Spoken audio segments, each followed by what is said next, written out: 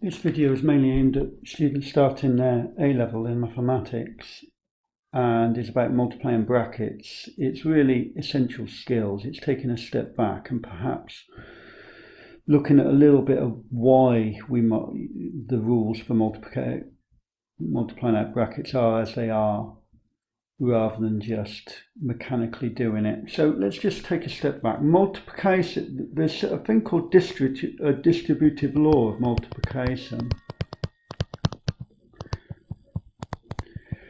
And what that basically means is that, and we all have seen this since primary school, basically, things like, if we want to times 5 times 27, say, we can do that separately as 5 times 20 plus 7.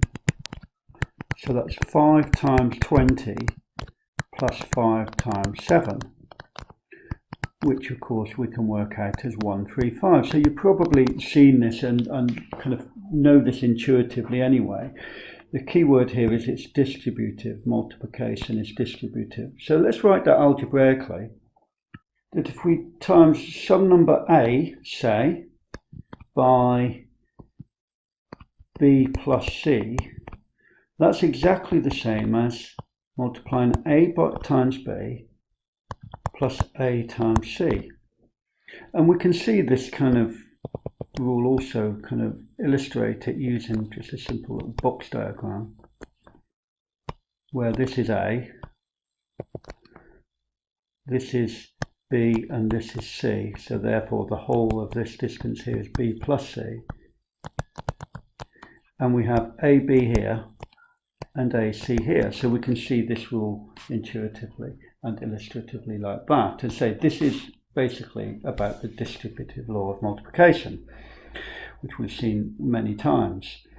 So if we actually have two brackets multiplied by each other, then we can use the same principle, but basically what we do is we do it twice. Okay, so what I'm going to do is use this distributive law that we have here, but apply it twice. So A plus B, C plus D. So what we do is we regard this A plus B as a single item, single term. You could, if you want, call it something different like E. So we would have this bit here, E, times by the C, so that's EC, and you'd also have this bit here E, times by the D. But of course E is just A plus B, so we can replace the E with what we started with, A plus B there. So this becomes A plus B here, and this becomes A plus B here. And now here's another thing, because the other thing about multiplication is it's also commutative. So in other words, we can reverse the operation. So A plus B times C is the same as C times A plus B. So it doesn't matter that the C is behind, and we can still multiply out the brackets using the same rule as we did here. So we have C times A, BC plus AD plus BD. Okay, and that is how we multiply out two brackets together. So we can also see that, illustrate that out quite nicely with a diagram. So this time if we write the A plus B on the top, and a C plus D there, we can see that the total of all of A plus B times C plus D is AC plus BC plus AD plus BD. Okay, so that's how we multiply out two brackets. Now, in secondary school, teachers approach this in many different ways, and I see people writing smiley faces, grids a little bit like this, which is probably my favourite thing to do. I see foil, I see claws, I see all kinds of things. But basically, this is the rule, and hopefully you can see why it works. So let's just do a few examples. and we can work through those quickly, and then we can leave it there. So let's just do x plus 1 times x plus 2. So basically we have to multiply everything out by itself. So here the AC bit is x squared. The BC bit will be equal to x, that's that times that. The AD bit is 2x, and the BD bit is equal to 1 times 2, which is 2. And with this type of thing, which you see a lot, you get used to combining, and you get this middle term getting your quadratic here. Of course, you won't always get that. Let's do one with a negative first before I talk about that. Sometimes you will have 4 terms depending on what the bracket is. So let's just do one with a negative and something a bit different. But you will have seen lots of stuff like this. So 2x times x, which is 2x squared. 2x times by 3 times x, which is 3x.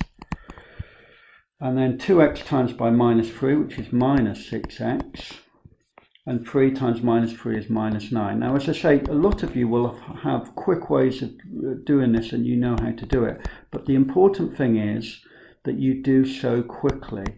Now, when I'm writing this, I don't normally feel the need to write this middle bit. You just scan through and you just do it. So here you just say, right, okay, here's the front, the bit at the front is 2x squared. Then we're going to have a term in x, which is 3 times x. Take away 3 times 2x, which is minus 3x. And then the end term is 3 times minus 3. It needs to be that quick. So I might do another one where I don't write out the middle term and just talk it through. Let's just say we have x minus 7 times 3x minus 2. Right, so the front term is x times 3x, which is 3x squared.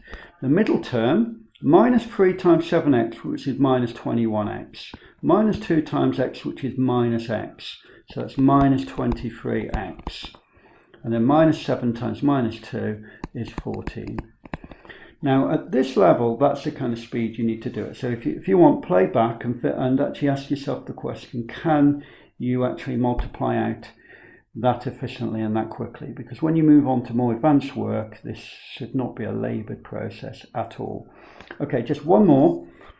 As I say, just to demonstrate the fact that you want to, this is by far the most common type of expansion we see of 2 brackets, the common quadratic one, but we could have other things. So for example, suppose you have this, something a little bit unusual. Now we will get our 4 terms, and we can go back to our grid or whatever you use, your full or whatever. X squared times y, x squared times z. I might be doing them in a different order to the way I did before, but this shouldn't bother us. Minus 3y and minus 3z. So there's your 4 terms, and then obviously none of them combine like they did here, where you had the like term. Okay, so you need to be able to do these quite quickly as in preparation for your A-level. If it's a long process, then you really need to practice it so that you can progress at the required pace. What we're going to go onto in a moment, or with the next video, what I'll do is we'll talk about squaring brackets, because that's essentially a special case of this, which is what we'll do in the next video. Okay, that's enough. Bye.